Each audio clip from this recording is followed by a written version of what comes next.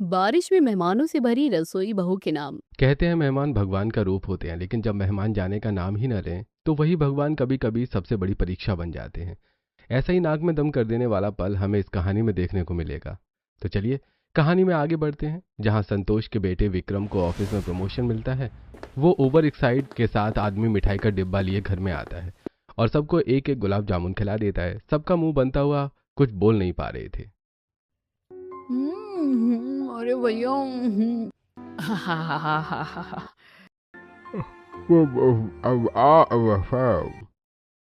ओहो, अब सब लोग पहले गुलाब जामुन खा लो, फिर मैं तसल्ली से आपको खबर सुनाऊंगा।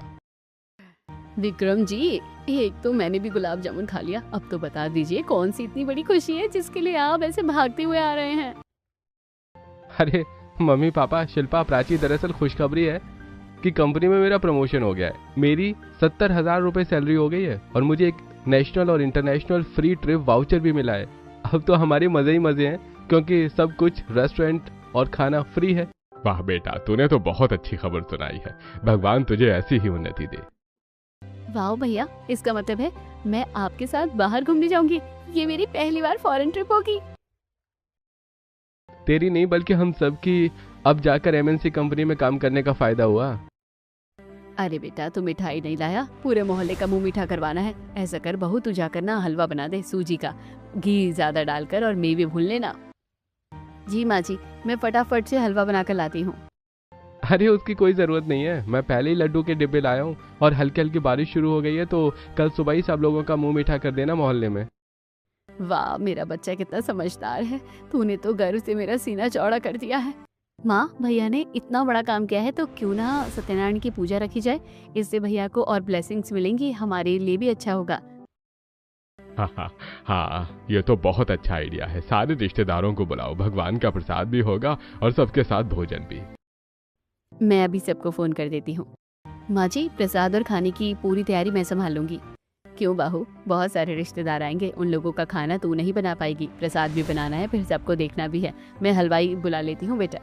माँ जी, मैं संभाल लूंगी। कितने गेस्ट हैं? 100 गेस्ट से कम नहीं आने वाले बहू। अरे पापा जी, हो जाएगा। तब प्राची सबके लिए गर्मा गर्म डिनर लगा देती है, जिसे बैठकर सब खाते हैं और सो जाते हैं। अगले दिन संतोष अपने बेटे की प्रमोशन की खुशी में पूरे मोहल्ले में लड्डू बांट देती है, साथ में सत्यनारायण की कथा का इनविटेशन भी दे देती है। उस दिन घर के सभी लोग बैठकर लिस्ट बना रहे थे। इतने में ससुर पंडित जी से सारी सामग्री की लिस्ट बनवा कर ले आता है। अरे बहू, एक पूजा की सामग्री लानी है। ये आम की लकड़ी, तिल, तिलक और ये पूजा का घी, सूखा नारियल के अलावा कौन लाएगा ये सब? मेरे से तो बाहर नहीं जाया जाएगा। चिंता मत कीजिए पापा जी, मैं अभी सामान लेने जा रही हूँ ना। खाना बनाने वाला पूजा का भी ले आऊंगी। ओहो भाभी, माले वाले को भी कह देना माला लानी है। और माँ, हम कांच का डिनर सेट निकाल लें? नहीं नहीं, तुझे पता है वो कितना महंगा सेट है। रिश्तेदारों के बच्चे बहुत निकम्मे होते हैं, तोड़ दिया तो लेने की देनी हो जाएगी। और तुझे कल सजावट का सामान भी तो लाना है। ओके माँ। घर के सभी लोग होने वाली पूजा की सामग्री और बाकी का सामान जुटा रहे थे। फिर बहू मार्केट जाकर पूजा की सामग्री सबके लिए नए कपड़े, मिठाई, फूल इत्यादि लेकर आ जाती है। अगली सुबह विक्रम और शिल्पा घर की सजावट कर रहे थे। बहू तोरण लगा रही थी, नंद रंगोली बना रही थी, सास माला पिरो रही थी। सभी ने संतरी और पीले के थीम पर कपड़े पहने हुए थे। अरे बहू, तूने पंचामृत और पूजा का भोग बनाकर तैयार कर दिया? हाँ माँ जी, आप निश्चिंत रहिए, मैं सारा काम कर दिया है। लेकिन माँ जी, खाना बनाने के बाद मेरी हालत जो खराब हुई है, ऐसा लग रहा है कि ज्यादा मेहमान आ रहे हैं। मैं तो तुझे पहले ही मना कर रही थी, लेकिन तू चिंता मत कर, बाहर बरसात हो रही है, खाना तो एक्स्ट्रा होना ही चाहिए। लेकिन सारे के सारे आ जाएंगे, ये भी जरूरी थोड़ी है। जी माँ जी। इतने में ससुर पंडित जी को ले आता है और बाहर बारिश होने लगती है। 2-4 मेहमान आ जाते हैं, उसके बाद पूजा शुरू हो जाती है। कमलेश जी, पूजा का मुहूर्त शुरू हो गया है, पूजा शुरू करूं?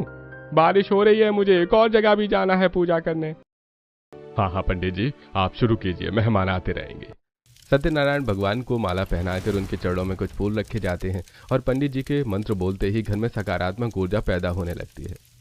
ओम अपवित्र पवित्रो व सर्वास तथागतोऽपि वाय स्परेण्ड मुरीन करण काक्ष बाह्य भयंतरः शुचि। यजमान, अब आचमन के लिए आपको जल ग्रहण करना होगा। हाथ आगे कीजिए। ओम केशवाय नमः, ओम नारायणाय नमः, ओम माधवाय नमः। शुक्रिया पंडित जी। हाथ आगे करो, हाथ धो लो। ओम ऋषिकेशाय नमः। इस तरह पूजा शुरू हो जाती है और नंद भाभी आपस में खुसर फुसर करने लगते हैं। वैसे शिल्पा, बारिश में कथा का अलग ही आनंद आएगा। हाँ भाभी, पर मुझे तो लगता है जितने मेहमान आने थे ना आ गए, अब कोई नहीं आने वाला। मजे ही मजे हैं। सही है, इतना काम नहीं करना पड़ेगा। जितने मेहमान कम उतनी सरदर्दी कम। रहने तो भाभी, आपकी खुशी ज्यादा देर तक नहीं थी। वो देखो मौसी जी, मौसा जी, चाचा जी सब आ गए हैं और उनकी पलटन भी। ओहो, यहाँ से उठकर उनको पानी वानी देना पड़ेगा। मैं आती हूँ शिल्पा। तब बहू उन लोगों का पैर छूकर, नमस्ते मौसी जी, नमस्ते मौसा जी, नमस्ते चाचा चाची जी। आओ बच्चों, बैठो बैठो। बेटा जरा आप पानी ले आना। जी लाई। एक तरफ कथा चल रही होती है तो वहीं बहू रसोई में जाकर एक एक करके आए मेहमानों को पानी देती हैं। किसी को तौलिया चाहिए होती है। इतने में बुआ जी का भरा पूरा परिवार भी आ जाता है।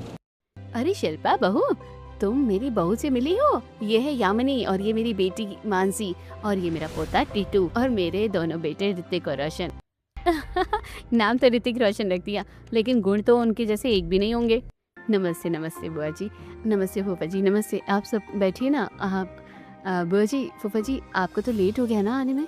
अब बेटा 2 दिन पहले बताया है, तब भी टिकट बन गई और अब बारिश इतनी झमाझम हो रही है कि हम आ ही गए। बहुत बड़ी बात है। क्यों यामिनी बहू? हाँ, आने में थोड़ा मुश्किल हुई लेकिन आ गए।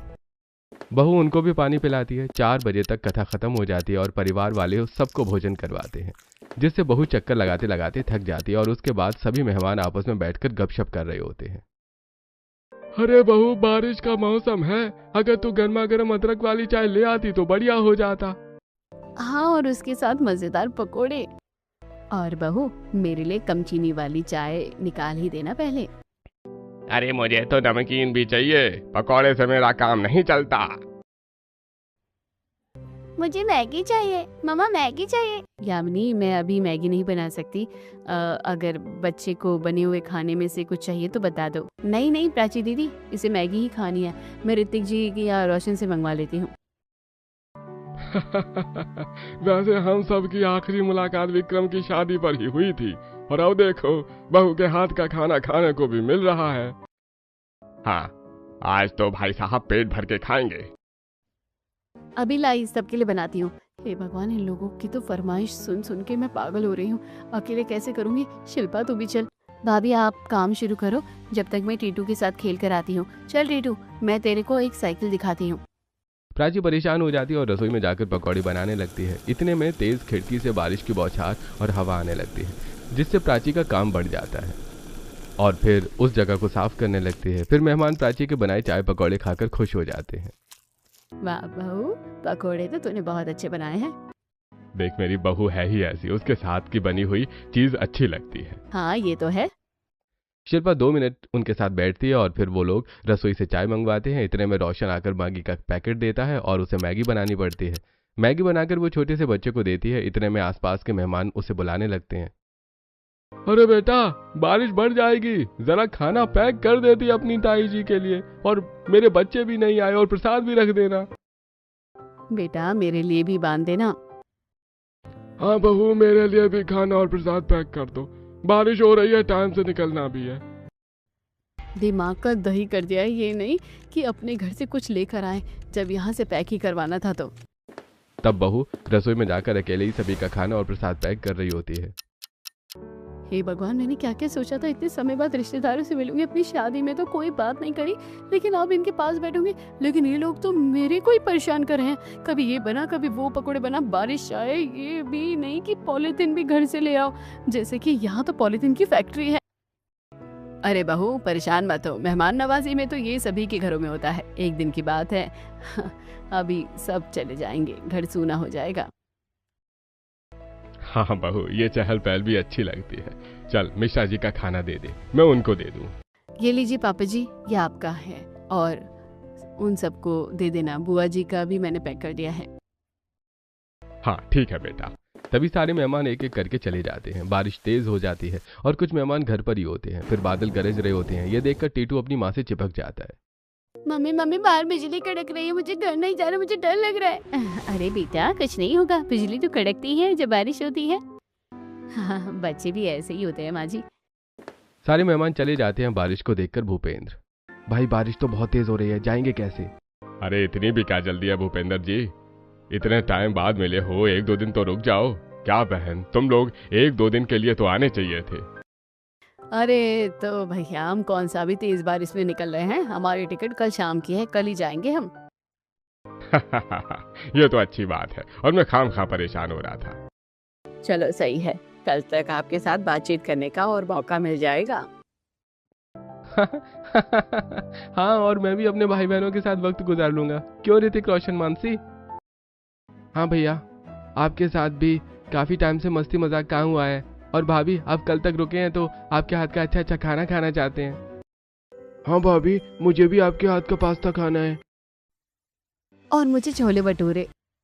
हाँ, अरे आज भी आप सब ने मेरे हाथ का ही खाना खाया। जो भी आज बना था सब मैंने ही बनाया अकेले। बाप रे बहू, तूने तो मुझे हैरान कर दिया, इतने सारे लोगों का खाना अकेले बना ले। काश मेरी बहू भी बनाती, लेकिन इससे ये सब कहाँ होता है। बस एक हल्का सा मौका चाहिए होता है, वहीं पर मेरी बुराई करना चालू कर देती है। बहू, रात होने को जा रही है, इन सब के सोने की व्यवस्था कर दे। माँ जी, गेस्ट रूम में तो सामान रखा है और एसी मेरे और ननद जी का ही फंक्शन करता है। अरे ये सब छोड़ो भैया, जैसे हम पहले सोते थे छत पर सबका बिस्तर लगाकर, ऐसे ही हॉल में सो जाते हैं। गद्दे तो बिछे ही है, वैसे भी एक दिन की तो बात है। बहू बस तकिए ले आ तू। अरे हाँ बहन, ये तूने बहुत गजब का आइडिया दिया है, ऐसा मौका बार बार नहीं मिलता। चलो भाभी, तकिया लेकर आते हैं। तब नंद भाभी तकिया ले आती हैं। हॉल में एसी था। तब सब लोग आराम से लेट जाते हैं, लेकिन टीटू कभी संतोष के पास लेट जाता है तो कभी विक्रम के ऊपर गिर जाता है। अरे मेरा पेट! क्या ऋतिक, तेरा बच्चा तो बहुत उछल कूद कर रहा है। अरे भाई, ये बहुत कुछ करता है। अब तो चलने लग गया है, लेकिन जब भी घुटने चलता था तब भी नाक में दम करता था। ओहे टीटू टीटू बेटा, यहाँ आओ। अरे प्राची दीदी, ये रात को दूध पीकर सोता है, और माँ जी पापा जी को गुड़ के साथ दूध दे दीजिए। और भाभी मुझे कॉफी, वरना मुझे नींद नहीं आएगी। कॉफी पीकर तो मानसी वैसे भी नींद उड़ जाती है। अरे नहीं भाभी, मेरे साथ उल्टा है, कॉफी पी लूंगी तो तुरंत नींद आ जाएगी, मेरी हैबिट है अलग। काम करके शिल्पा मेरे पाँव दर्द कर चुके हैं, और रसोई में थोड़े बर्तन भी साफ करने हैं। मेरे साथ रसोई में चलो। आज की रसोई तो वैसे भी मेहमानों के नाम थी भाभी, लेकिन इतनी ज्यादा बर्तन में साफ नहीं कर सकती। मैं चल देती हूँ, आपके साथ दूध उबाल देती हूँ, आप बर्तन का काम कर लो। प्राची के साथ शिल्पा जैसी उठकर जा रही थी, तब साधना उसका हाथ पकड़कर अपने पास बिठा लेती है। अरे बुआ जी की लाडली कहाँ चल दी? जब तू छोटी थी तब तो तू बचपन में बोलती रहती थी, बुआ टॉफी दे दो, चॉकलेट दे दो, और अब भाग रही है। चल मेरे साथ बैठकर बातें कर। भाभी कोई बात नहीं, मैं कर लेती हूँ, तुम यहीं बैठ जाओ। उफ, ये मेहमानों का आना भी कितना फ्रस्ट्रेशन होता है, लेकिन कल तक की बात है, उसके बाद मैं आराम करूंगी। ऐसा कहकर प्राची फैली हुई रसोई में जाती है, जहाँ उसे समेटती है, दूध उबालने लगती है और साथ में बर्तन साफ करती है। अरे बहू, कितनी देर लगाएगी? वहाँ पर सब लोग इंतजार कर रहे हैं, तो दूध लाई अभी तक? दूध नहीं लाई अभी तक? माँ जी काम करके आज मेरी रेल बन गई है। रसोई भी साफ करनी थी और थोड़ा टाइम लग गया, बस आ ही रही थी। कल चले जाएंगे, उसके बाद तू आराम करना। जल्दी से गुड़ वाला दूध ले आ। जी माँ जी। प्राची रसोई साफ करने के बाद मानसी को कॉफी बनाकर बुआ फूफा को गुड़ के साथ दूध दे देती है। ये लो दीदी और मानसी तुम्हारी कॉफी। अब चैन से सो जाती हूँ, कोई काम नहीं करना। प्राची जैसे ही लेटती है तो वो बर्तन वापस रखना भी उसे ही रसोई में जाना पड़ता है, और फिर लाइट ऑफ करके सो जाते हैं। तो टीटू परेशान करने लगता है। जैसे तैसे बहू बहुत देर बाद सो पाती है। अगले दिन जल्दी उठकर उसे फिर से सबका रसोई में नाश्ता बनाना पड़ता है। बाहर बारिश के चलते फिर से बुआ पकौड़े की फरमाइश कर देती है। अरे हाँ बहू, तुम्हारे फूफा जी को पनीर के पकोड़े बड़े पसंद है, वो बना देना, और मानसी को प्याज के पकोड़े। अरे भाभी, आपसे पास्ता की कही थी, बनाया आपने? पास्ता बनाने का सामान नहीं है देवर जी। अरे भाभी, शाम तक हम चले जाएंगे, बना दो ना, फिर पता नहीं कब आएंगे। ठीक है बनाती हूँ, लेकिन बाहर बारिश हो रही है, तुम ला कर दे दो। अरे बहू, अब उसे क्या पता कि बाहर कौन सी दुकान पर पास्ता का सामान मिलेगा। हम रहते थोड़ी है यहाँ, तू ही चली जा। मतलब मैं ही पकोड़े बनाऊं और मैं ही बारिश में बाहर जाऊं। अब तो मेहमान जल्दी चले जाए तो बढ़िया होगा, किसी और से बोलूंगी तो नखरे करेंगे, इसलिए खुद ही जाकर ले आती हूँ। तब प्राची बारिश में छाता लेकर ग्रोसरी की दुकान पर चली जाती है और वहां से पास्ता बनाने का सामान ले आती है, और आकर एक गैस पर पकौड़े बनाती है तो दूसरे पर पास्ता बनाती है। इसके बाद वो मिक्सी में चटनी बनाती है। अरे भाभी, ये क्या घर घर करके मशीन चला रही हो? चटनी पकोड़े कौन खाएगा? अरे बारिश का मौसम है, अदरक तुलसी वाली चाय भी बना देना। हाँ भाभी, मुझे बहुत पसंद है। मेरी साड़ी भी भीग गई, लेकिन इन लोगों की फरमाइशें नहीं खत्म हो रही हैं। फिर सबकी फरमाइश का खाना बनाकर प्राची डाइनिंग टेबल पर लगा देती है। अरे वाह बहू, मजा आ गया। पकौड़े हो तो बस प्राची बहू के हाथ। क्यों, मेरा तो मन ही नहीं भर रहा है। पर फूफा जी पेट तो भरता होगा ना। अरे फूफा जी मजाक बहुत करते हैं ये। अरे हम तो बुरा नहीं मानते, बहू भी तो हमारी बात का बुरा नहीं मानती है। तभी यामिनी टिकट देखकर, ओहो माँ जी पापा जी गड़बड़ हो गई है। ये जो हमारी शाम की ट्रेन से जाने की टिकट थी ना, वो तो कैंसिल हो गई। अब हम कैसे जाएंगे? क्या ऐसे कैसे टिकट कैंसिल हो गई? हाँ भाभी बताओ तो। ज्यादा बारिश की वजह से ट्रेन रद्द हो गई है। ट्रैक पर पानी वगैरह भर गया होगा और सेफ भी नहीं है, तो हमें दोबारा टिकट बुक करनी पड़ेगी। मतलब आज जाना कैंसिल। हम मामा मामी जी के घर पर 1-2 दिन और रुक सकते हैं। अरे वाह, मजा आ गया अब तो। दीदी एक बार फिर कोशिश करके देख लो, शायद कोई दूसरी ट्रेन बुक हो जाए। मतलब जरूरी नहीं है ना कि सारी ट्रेन बंद हो जाए। हाँ मैंने चेक करके देख लिया, एक ही ट्रेन थी जो हम बुक करके आए थे। हे भगवान, ये लोग तो जा ही नहीं रहे हैं। अब मैं क्या करूं? अब पता नहीं कौन सी फरमाइश करवाएंगे 2 दिन तक। और मज़ा आ रहा है अब यहाँ पर, तो कुछ दिन और रहेंगे और भाभी के हाथ का बढ़िया बढ़िया खाना खाएंगे। भाभी मैंगो शेक पीना है, हमारे में मैंगो शेक नहीं मिलता इतनी आसानी से। हाँ भाभी, आपको तो पता है आगरा कैसी जगह है, इतना सब कुछ अवेलेबल नहीं होता जितना कि दिल्ली में है। अब ये बारिश बंद हो तो भाभी एक बार यहाँ की मार्केट भी करवा दो, मैं कुछ खरीद लूंगी। यहाँ बहुत अच्छा सामान मिलता है और सदर तो बहुत बढ़िया बाजार रहा है ना, मैंने सुना है। हाँ ये तो है। दोस्तों, क्या प्राची के मेहमान यहाँ से जाएंगे या मेहमानों की रसोई में घुसकर फरमाइश ही पूरी करती रहेंगी? आपको क्या लगता है? कमेंट करके हमें जरूर बताइए। सबके चाय नाश्ता करने के बाद बहू रसोई में बर्तनों को साफ करती है, तब आराम करने अपने कमरे में जाती है कि संतोष साधना आते हैं। बहू फिर से खड़ी हो जाती है। बहू तू यहाँ पर आराम कर रही है, दोपहर का खाना भी तो बनाना है और अब तो तेरी बुआ भी यहीं पर है। ऐसा कर बहू, बहुत कचौड़ी और कचौड़ी खा ली। ऐसा कर मसाला दही भिंडी रायते पराठे और दाल मखनी बना दे, साथ में चावल। जी ठीक है माँ जी। तब बहू को रसोई में जाकर आटा लगाना पड़ता है। एक तरफ भिंडी काटती है, दूसरी तरफ रायता तैयार करती है। बारिश के इतने ठंडे मौसम में मुझे यहाँ पर सब बनाना पड़ रहा है, वो भी अकेले। इनका अच्छा हो गया कि रुकना पड़ गया, अभी तो मुझे दाल मखनी भी बनाने में मेहनत करनी है। कुछ ही दिन में बहू सब कुछ तैयार कर लेती है और सब खाना खाते हैं। इसी तरह मेहमानों की जी हुजूरी करने में बहू को बार बार रसोई में जाना पड़ता है। 2 दिन बाद यामिनी फिर से टिकट बुक करती है तो ओहो ट्रेन तो इस वक्त चल ही नहीं रही है और बस की सारी सीटें फुल हैं। अब कैसे जाएंगे? माँ जी मामा जी, बारिश की वजह से हम अपने घर इतनी जल्दी लौट पाएंगे? ओहो, मेरा मैच भी कैंसिल हो जाएगा, दोस्तों के साथ जो आज शाम को खेलना था। अब तो मैं यहाँ कंफर्टेबल हो गई हूँ मम्मी, अगर आप लोग मुझे छोड़कर भी जाओगे ना तो मैं यहाँ रह लूंगी। यह सुनकर प्राची को मन ही मन गुस्सा आता है। इतने में यामिनी को अजीब सा लगता है। वो भागती हुई बाथरूम की तरफ जाती है और वॉमिट करने लगती है। अरे बहू क्या हुआ? तू ठीक तो है? अचानक से तेरी तबीयत खराब हो गई। पता नहीं मामी जी, अजीब सा लग रहा है, ना जाने कैसे उल्टी सी आ गई है और कल से खट्टा खाने का मन कर रहा है। क्या मतलब कल से खट्टा खाने का मन कर रहा है? कहीं तो दोबारा से माँ और मैं दादी तो नहीं बनने वाली? यामिनी शर्मा कर अंदर चली जाती है और घर वाले खुशी से नाचने लगते हैं। अरे भाई, इस बार तो पार्टी बनती है। ऐसा कर, बहू के लिए कुछ खट्टा बना ले, इडली सांभर, और हमारे लिए कुछ मीठा बना ले। अब मेरी बहू बाहर का तो कुछ खा नहीं सकती है, तो तू घर पर बढ़िया बढ़िया चीज बना ले। हाँ, ये मेरी यामिनी के लिए ठीक रहेगा। लगता है ये लोग मुझे रसोई में ही दफन करके मानेंगे। फिर से प्राची रसोई में इडली सांभर बनाने जाती है। उसके पांव दर्द कर रहे होते हैं। इतने में बारिश की तेज हवा खिड़की से अंदर आती है और उसके चेहरे पर बौछार पड़ती है। वाह कितना अच्छा मौसम हो रहा है। ये बारिश की बौछार चेहरे पर पड़ती है ना तो दिल ही खुश हो जाता है। मेरा बारिश में भीगने का मन कर रहा है, कब से बारिश में भीगी नहीं हूँ, लेकिन मुझे तो यहाँ पसीने में सिर्फ खाना बनाना पड़ रहा है। इडली जब तक स्टीम हो रही है, दाल पक रही है तो मैं चली जाती हूँ। कम गैस करके प्राची जैसे छत पर भीगने जाती है, तब यामिनी उसे बारिश में से खींच लाती है। अरे भाभी, बारिश में बीमार पड़ जाओगी, भीगिए मत। आप बीमार पड़ जाओगे तो घर का काम कौन करेगा? चल मानसी, हम मजे करते हैं। हाँ भाभी जाइए, जब तक मैं बारिश में मजे करती हूँ तब तक आप गरम गरम इडली सांभर लेकर आओ। तब दोनों नंद भाभी डांस करने लगते हैं और ये देखकर प्राची को बुरा लगता है। बरसो रे मेघा मेघा, बरसो रे मेघा मेघा, मीठा है कोसा है, बारिश का बोसा है, चल तल तल तल तल, चल चल चल चल बहता चल नन्ना रे।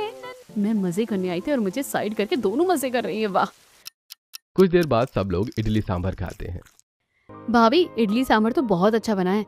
यामिनी भाभी के लिए, वो प्रेग्नेंट है ना, लेकिन गोलगप्पे खाने की क्रेविंग मुझे हो रही है। आप मेरे लिए भी गोलगप्पे बना दो कि क्या भाभी? अभी तो मौका भी मिल जाएगा। हाँ मानसी, क्यों नहीं, बनाऊंगी ना। यह सुनकर प्राची अपने कमरे में जाकर टेडी बेयर को गुस्से में 3 4 5 मारती है। ये देखकर विक्रम उसे रोकता है। अरे जानू, क्या हुआ, गुस्से में क्यों हो? नहीं करूँ तो क्या करूँ विक्रम, जब से तुम्हारे सत्यनारायण की कथा हुई या घर में ये मेहमान जाने का नाम ही नहीं ले रहे हैं। मैं अकेले कितना काम करूँ।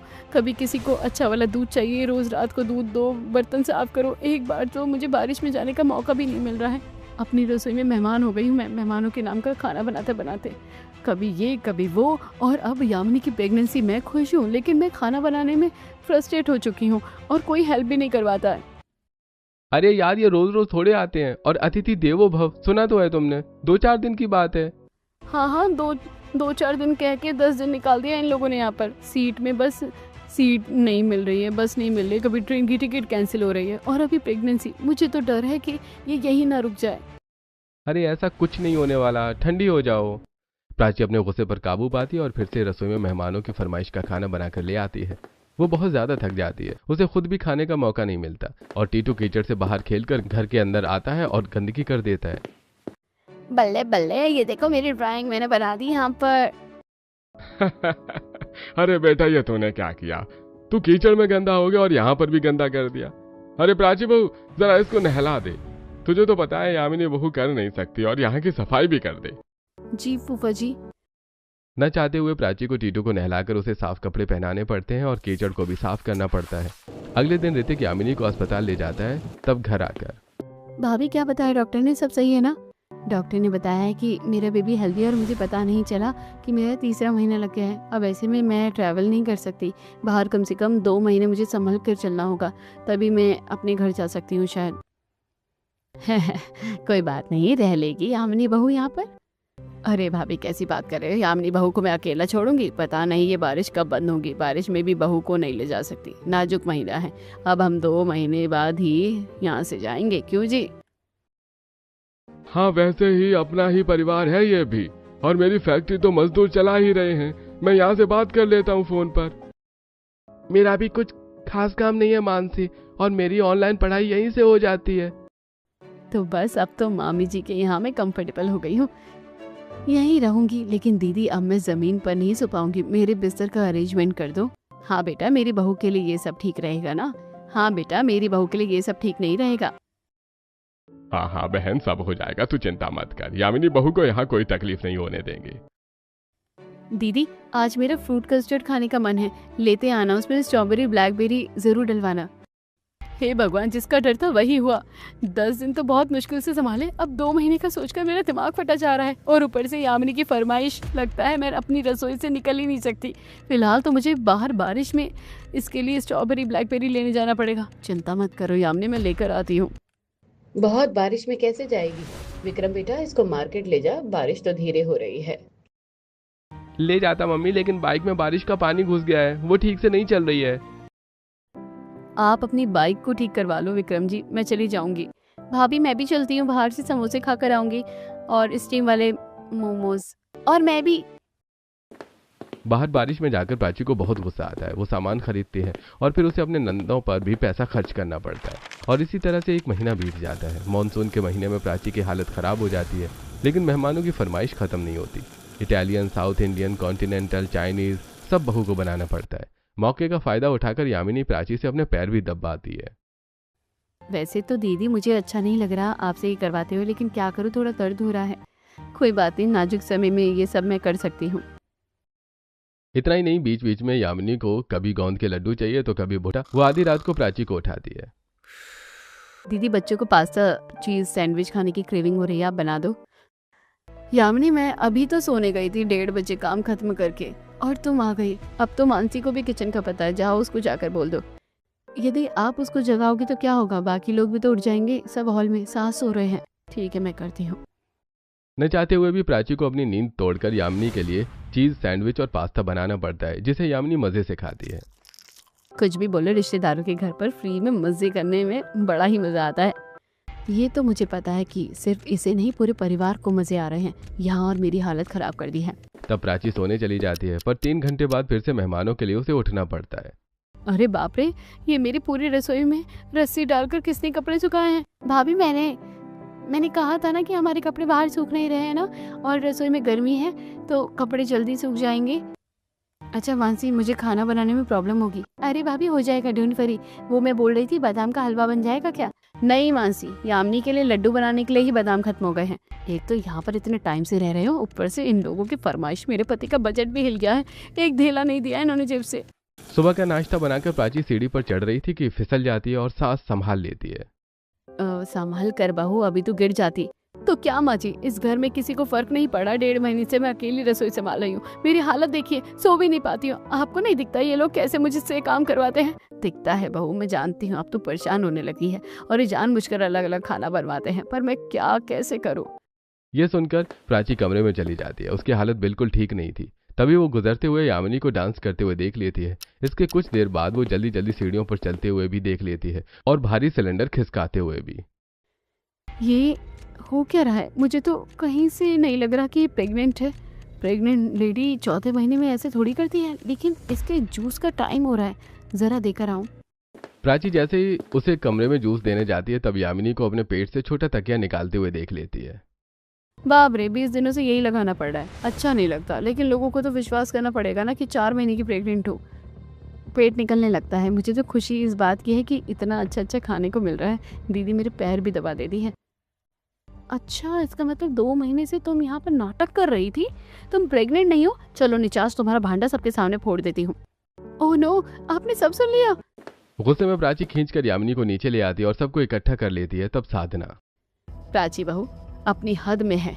मेरी बहू गर्भवती है और तू उसे इतना जल्दी जल्दी उतार कर ला रही है। शर्म नहीं आती? हाँ, मुझे शर्म नहीं, आपको शर्म आनी चाहिए। और आपकी बहू को। उसने आपको तो अंधेरे में रखा और हमें भी रखा। पता है इस घर में मेरी क्या ही हालत हुई है। प्रेगनेंसी के पीछे में रसोई में मैं खड़ी खड़ी रही और न जाने क्या क्या बनाना पड़ा। ऊपर से आपकी बेफरमाइश। किसी ने भी किचन में मेरी मदद करवाना तो दूर नहीं समझा। और जरा पूछिए अपनी बहू से कि वो प्रेग्नेंट है या नहीं। इतने टाइम से ट्रेन के टिकट और सीट का बुक ना होने का बहाना बनाया गया है। यह सुनकर सबको धक्का लगता है और साधना अपनी बहू को चांटा मारती है। यामिनी बहू, तूने हम सबके जज्बातों के साथ खेला। क्यों बोला तूने इतना बड़ा झूठ? क्यों बोला ये आप मुझसे पूछ रही हैं? आपसे ही तंग आकर मुझे ये नाटक करना पड़ा। घर पर आप मुझे 24 घंटे रोबोट की तरह काम करवाती रहती हो। बहू ये कर दे, बहू वो कर दे। मैंने यहाँ नाटक किया, मुझे पकौड़े खाने की वजह से उल्टी हुई थी, लेकिन फिर मैं इस चीज़ को प्रेगनेंसी के नाटक में बदल दिया। और जब धीरे धीरे मुझे अटेंशन मिला, अच्छा खाना मिला, तो मुझे ये करना ठीक लगा। क्योंकि आप तो यहाँ पर भी मुझे यही कह रही थी कि बहू घर जाकर बहुत काम करना है तुझे, तो क्यों जाऊँ? तुम दोनों के चक्कर में मेरी बहू पिस गई। तुम्हारी तो गलती है, हमारी भी है। यामिनी, और वो डॉक्टर वाली बात? वो मैंने डॉक्टर से झूठ कहने को बोला था। मुझे सब इन चीजों का बुरा लगा, लेकिन मैं भी परेशान थी। यामिनी, तुम्हारी परेशानी अपनी जगह सही है, लेकिन तुम्हारे आराम पाने के लिए मुझे रसोई में सजा मिली। अगर घर के लोग मिलकर थोड़ा थोड़ा हाथ बटा देते तो ना तो आपको झूठ बोलना पड़ता और ना ही मुझे अकेले इतना सब संभालना पड़ता। मेरी और मेरी बहू की वजह से आप सबको शर्मिंदगी जो हुई है उसके लिए माफ कर दो। अब हम परेशान नहीं करेंगे, आज ही हम निकल जाएंगे। माफ कर दे बहू, हमने बहुत कुछ बनवाकर परेशान किया। आप सब माफी मत मांगे। मेहमान तो भगवान समान होते हैं, लेकिन उसका जो गलत फायदा उठाया है उसका जरूर बुरा लगा। मेरी तो रसोई मेहमान के नाम होकर ही रह गई। सच में मेरी वजह से आप सबको जो तकलीफ हुई है, खासकर प्राची दीदी को, आप उसके लिए मुझे माफ कर दीजिए। यामिनी सबसे माफी मांगती है। कुछ देर बाद वो सभी टैक्सी में बैठकर रेलवे स्टेशन पहुंच जाते हैं। संतोष अपनी बहू का ख्याल रखती है, उसे कोई काम नहीं करने देती। उससे प्राची को भी आराम मिलता है। दोस्तों, अगर आपके घर में भी ऐसे ही मेहमान आ जाएं और वो ज्यादा समय तक रुक जाएं तो आप क्या करेंगे? हमें कमेंट करके जरूर बताइए।